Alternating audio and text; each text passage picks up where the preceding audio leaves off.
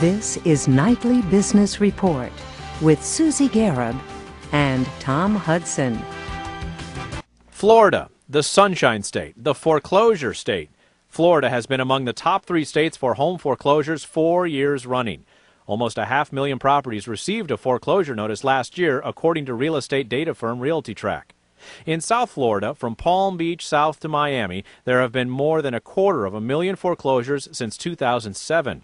But the sun may be slowly rising again on the Sunshine State's housing market. A day like today, where it's going to be in the high 70 degrees and it's snowing everywhere else in the country, as trite as it sounds, our weather is still one of our #1 assets. Ron Shuffield has been selling Florida real estate for more than 30 years. He's president of EWM Realtors in Miami, and he's seen condo sales come back.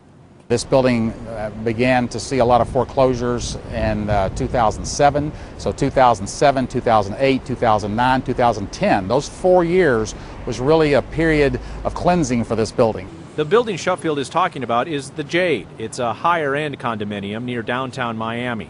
It opened in 2004, fetching an average of $580 per square foot. With the housing boom in full swing, prices jumped to $808 per square foot by 2006. But then the bust. In 2009, prices collapsed to $360. Last year, though, prices staged a bit of a rebound, increasing to $415. I think it's a combination of people that are searching for these values, but probably the overriding decision has been the price. We've been here about 15 months, 3 bedrooms, 2 bathrooms. 90 minutes north of Miami is where Lisa and Herb Miller bought a home in the PGA National Housing Development.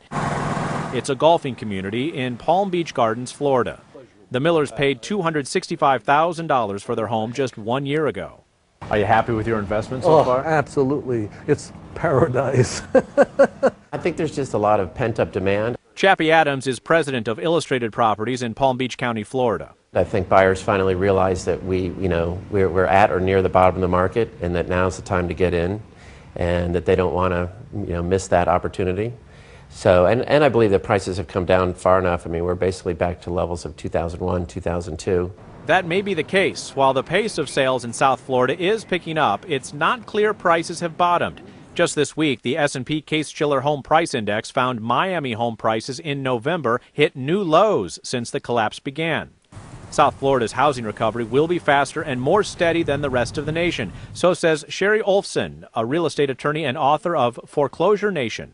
If you look at the historical picture instead of just the bubble picture, we're back in line with something that looks normal. And I'm sure that we will struggle here in South Florida, just like the rest of the country, for the next year or so. A big challenge for the Florida housing market is the hangover from thousands of foreclosures and repossessions. How fast those filter to the market will be one factor in how much and how quickly prices are able to stabilize.